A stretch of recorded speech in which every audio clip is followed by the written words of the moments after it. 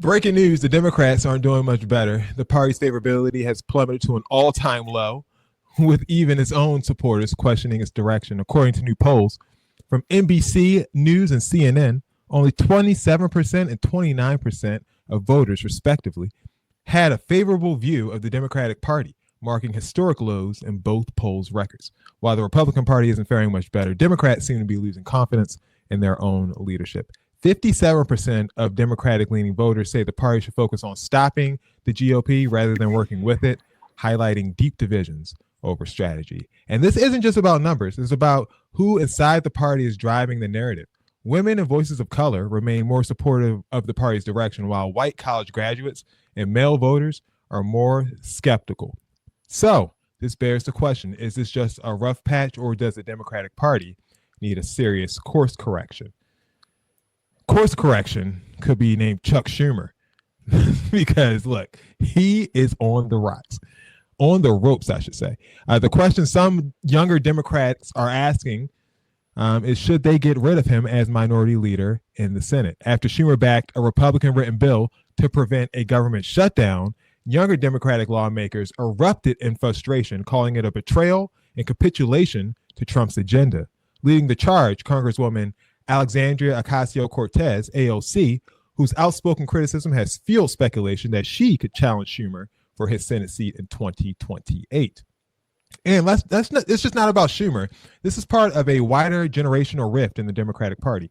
Former House Speaker Nancy Pelosi also took a swipe at Senate leadership, urging Democrats to fight back instead of compromising. So as the battle between party elders and the next generation heats up, this could be the start of a healthy political evolution or a sign of deeper dysfunction. So do you guys think it's time for new leadership in the Democratic Party?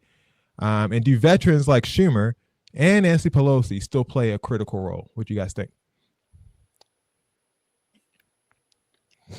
I think I first want to say, with all the chaos, and this is like, I know that people are thinking that this may be the opportunity to stop the two-party system. But Jill Stein, this is not your time. I'd like the Green Party's coming up strong. Do not try your foolishness. You stay out of this and let us handle it. Because they're just chaos agents. I mean, look at RFK. He was a Jill Stein until he wasn't, and now he's a Republican running Health and Human Services, trying to get fluoride out of the water.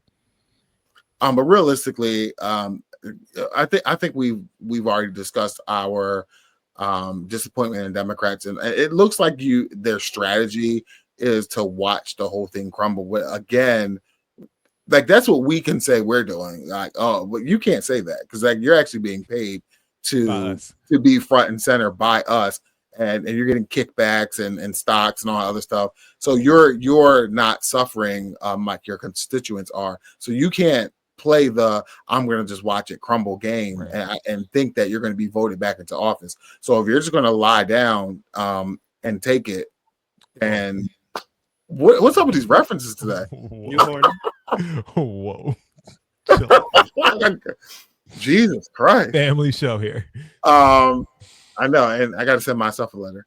Anyway, I'd rather them step down. I don't understand what the strategy is, and I think they need to get out here and explain the strategy. Like, explain this strategy to us so we know what the hell you're doing. Speaking of strategy, Dex is trying not to be affiliated with his comments from past weeks when he got excoriated and called an Uncle Tom on our YouTube channel.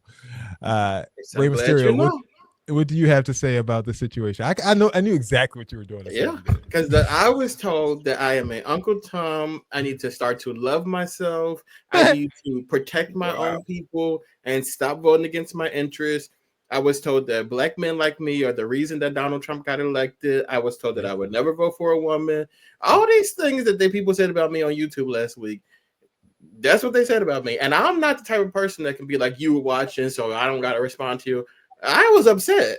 So I'm not going to say nothing about the Democrats. Y'all do whatever y'all want to do. I hope Chuck Schumer book sells out. I hope that you guys get everything that y'all need from the Democratic Party. And I hope y'all are so happy with everything that they're presenting. Not y'all, we. Those are Donald Trump hands. Like, put them hands down. Right. Us and y'all instead of we. Like, what's going on?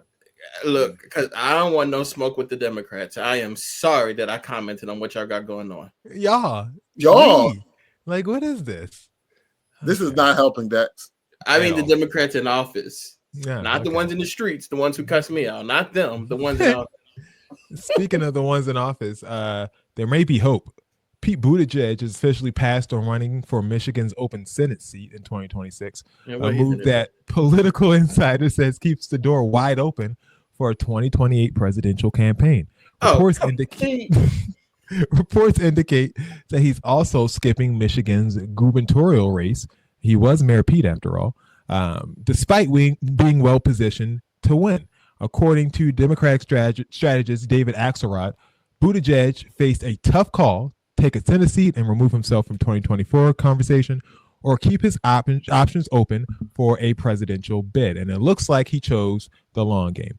Of course, Buttigieg made waves in 2020 and has since built a national profile as transportation secretary under Joe Biden. The question is, did Pete Buttigieg make the right call by staying out of the Senate race, or did he just pass on a golden opportunity? He just passed on the golden opportunity.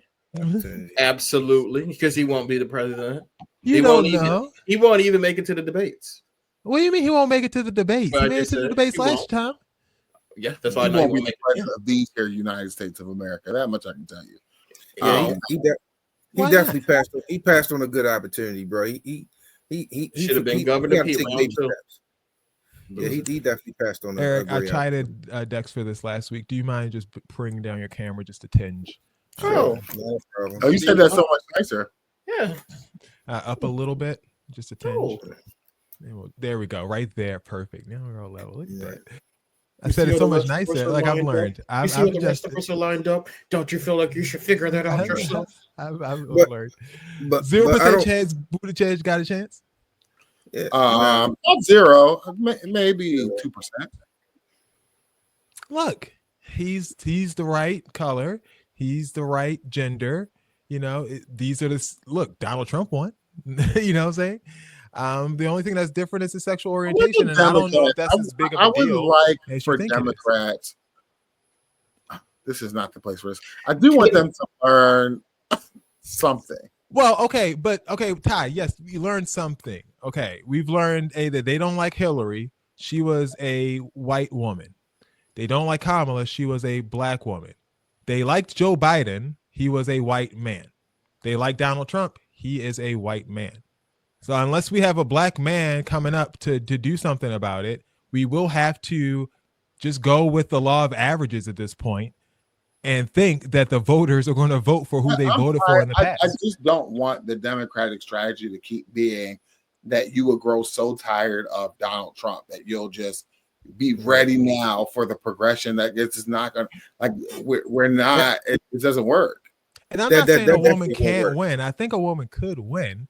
I just don't think the nation right now has proven that they're going to do it, because I think a woman could win under the proper circumstances, and it can't be off the tailcoats of the chaos of the other party. Like I thought Kamala was going to win. You have to come up during these times and really build up your people, build up your platform, build yourself up. Like you can't come in this like, oh, here's the alternative to this, because people are not going to rally behind that. Like the thing about Barack Obama is that that's not what people were. People like really like this guy. They were like, you know what I'm saying? And so you have to have somebody who can do that.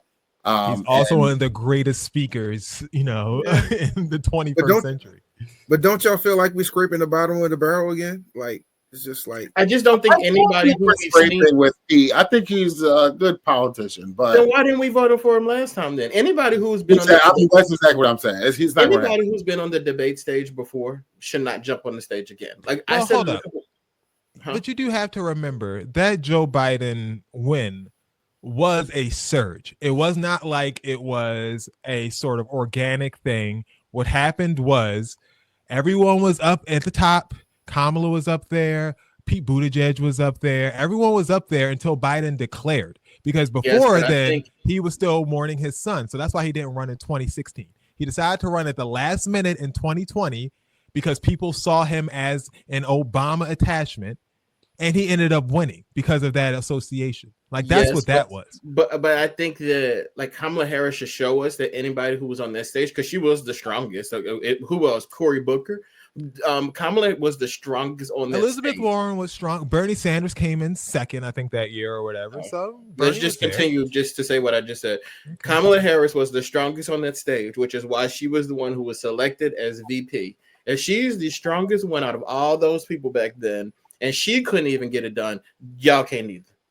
Let's find some people. Landslide too. Like she got her tail whooped, and then we got to find somebody else. That. But she also got 75 million votes. Like, let's not act like she got. But she lost. Like, come on. Okay, by what, 4 million votes? So we ain't gonna do this again, and she can't even run again. See, I'm doing it again. Now I'm gonna get it again. Here we go. I can't look myself. I cannot. Jason baits us into this so we can get ourselves in trouble. Yeah. But by the way, this week when y'all talk about somebody who needs to love themselves, it's Senior Bro Talk. That's who it is. Senior Bro Talk needs to love himself. You gotta love yourself.